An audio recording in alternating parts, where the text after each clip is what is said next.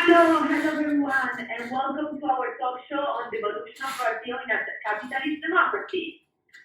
So today's analysis on the evolution of Brazil in a capitalist democracy will focus on the transition from two dictatorships to a liberal democratic regime, with an insight on the military, the political, and the bureaucratic.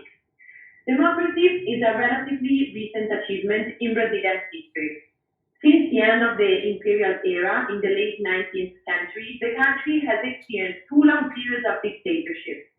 The first one in 1930 until 1945, and the second one in 1964 until 1985. For most of the last century, political participation was rather limited. Evolution towards democracy was difficult, moving forward and backward up to the mid-1980s, when mass democracy was finally established. Brazil's economic development has been equally complicated. In the last century, many years of strong economic growth were followed by severe economic crisis. Fiscal and external disequilibrium were common, as was high inflation. The government played a central role in the country's economic development, financing public and private investments, coordinating production decisions, providing protection to selected sectors, and setting prices.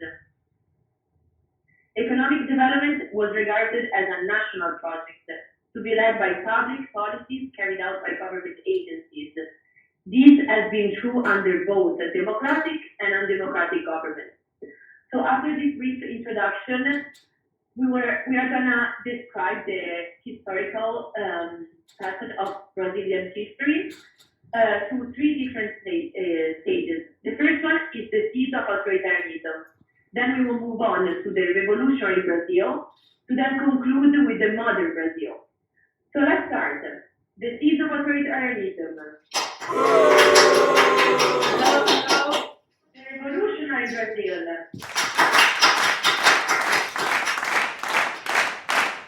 And last but not least, the modern Brazil.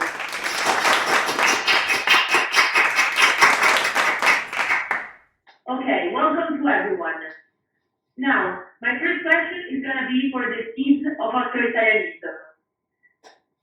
So, has Brazil been consistent with its political system, according to you? Well, it is definitely characterized by an authoritarian regime. So the political system has been quite consistent from 1930 until 1946, and then again the authoritarian regime from 1964 until 1985. So yes. Okay, and how many regimes has Brazil been through during the 20th century? Well, let's begin with the Vargas regime, which began in 1930 and it lasted until 1934, where he was officially declared as the president, but not really in a democratic way. However, the legislature was still democratically elected. Once in power, Vargas did not want anyone taking away his power, so he limited every possible right so that no one could have grounds to attack his position. He entered in the economic sphere, obtaining control of investment decisions and resource allocations, and it limited private agents' ability to negotiate by having special courts who would mediate and make sure that no decisions were being made against Vargas' dictatorship. He was deposed in 1945, which ended his authoritarian regime, beginning a democratic process once again. And this was the fourth Brazilian Republic. Nonetheless, it didn't have a really long life, luckily, and it began another authoritarian military regime in 1964 by the military junta. This was known as the United States of Brazil, or the Fifth Brazilian Republic. They ruled from 1964 to 1985. So, President João Goulart, he was removed and replaced by the military junta. And this military junta was endorsed by many institutions, including the Brazilian army, of course, the Catholic Church, anti-communist civil parties, and many other middle and upper classes. So the United States, of course, supported us in this military coup. It was basically same characteristics as the Vergas dictatorship, which was characterized also by censorship, censoring political opposition, and development of anti-communist guidelines. So yeah, that was us for the authoritarian regime. Thank you for your description, the seeds of authoritarianism, and now I'll give the floor to the revolutionary Brazil. And I would want to start with one simple question. What sparked the revolution?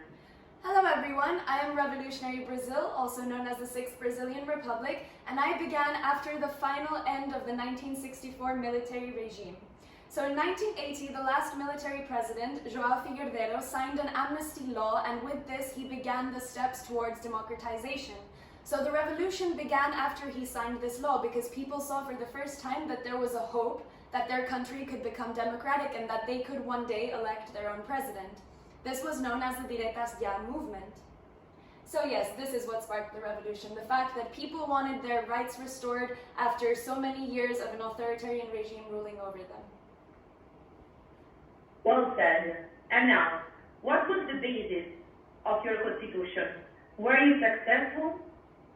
Right, so after the amnesty law was signed, for the first time there was a democratic alliance started by Tancredo Neves, and this democratic alliance managed to take the, at the time military-controlled parliament, and they won. So when they won, they started a new constitution, which was drafted in October of 1988. This new constitution aimed to restore the rights of all the civilians that had been previously deprived, such as the right to freedom of speech, freedom of assembly, and all the basic fundamental rights that constitute a democratic country. And we were successful. Thank you very much.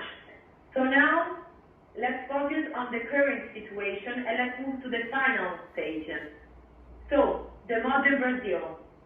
Please tell me how Bolsonaro arrived in power. Well, what you need to understand is that after the revolution, the right wing had never had such power. The reason why we had this opportunity was twofold. One, the government was really corrupt and they were really unsuccessful in their campaign. Many of their leaders got jailed because of the corruption scandals. And the second part is that many people actually were not happy with the progress and the progressive ideals that this country was following. Many of the gay agenda, stuff like that. Many actually believed that the military junta was a good high point for the country. And that's how Bolsonaro was able to reach power. Well, but the people from home and I are really curious to know what has changed compared to the previous president. Well, the main changes that we have seen in Brazil since he arrived to power would be twofold. One would be the changes related to the resources. For example, the Amazonian forest. It has actually been commercialized, which is one of our biggest assets, and these progressive left-wingers didn't want to exploit it. That's why our president Bolsonaro has been so successful with farmers that are the main interested. And the second biggest change that has been happening in the country is mainly education and autocracy. He is really authoritarian and he doesn't hide it. He supports the military junta. He would love to actually become a dictator himself, and he's openly about it. And that's why he has tried to control the media, he has tried to control the education, and he has actually supported the military and the police really strongly. Okay, well, that was a big change. So now, one last question for you. In democratic terms, which path is Brazil following right now? Well, again, there would be two main changes. One is the economic. He's so much more liberal than the previous parties. So Brazil, we could see that many things are going to be privatized. Many of the indigenous lands that were never able to be exploited, now they're going to finally be exploited and help economically other regions. And apart from that, we have then the authoritarian streak that Bolsonaro openly has. He has, for example, supported that police may even torture drug dealers, but for his part, for the moment, he has only allowed them to have less diligence. So, for example, it's more difficult to go and prosecute them if the police actually commit a crime. So again, those would be the two main changes: economic liberalization, a higher degree of autocracy. I would like to give you my opinion as an historian regarding the current democratic situation of Brazil. My evaluation will be based on 4 pillars of democracy. The first one on legislation for the representation of all people. The second one on equality. The third one on freedom of speech. And finally, the first one on the judiciary for justice and fairness. Starting with the first one, only 30% of the population supports President Bolsonaro, who has no interest in taking into consideration the needs of minority groups. In his first year as a president, he has openly declared his aggressive policies by relaxing laws on gun ownership that rocketed by 98% during 2019. He advocates for war and ransoms Brazilian society, and he uses the threat of violence to shield himself from rivals and the possibility of impeachment. Another factor to consider in his presidency is his lack of interest in preserving Brazil's biodiversity. So the second pillar now, regarding equality. President Bolsonaro has engaged multiple times in discriminatory speeches and policies. His mandate is strongly against same-sex marriage, and he has no interest in establishing a civilized relationship with indigenous people. During his governance, he decentralized the power for public education, causing universities in poorer regions to have lower academic quality. Lastly, he tried to make Brazil colorblind, as he believes that racism is not an issue, nor he does a critical analysis on the role of slavery in Brazil. Third pillar, the one on freedom of speech. So this freedom has been refrained by the president, who actively reduced sexual education, eliminated LGBT and trans education.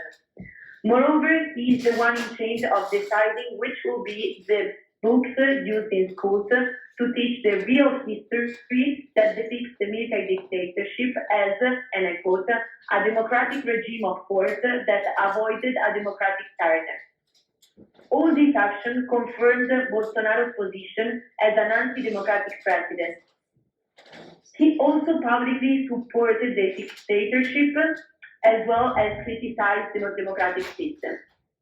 So now let's move on to the final pillar, the one on the judiciary for justice and fairness.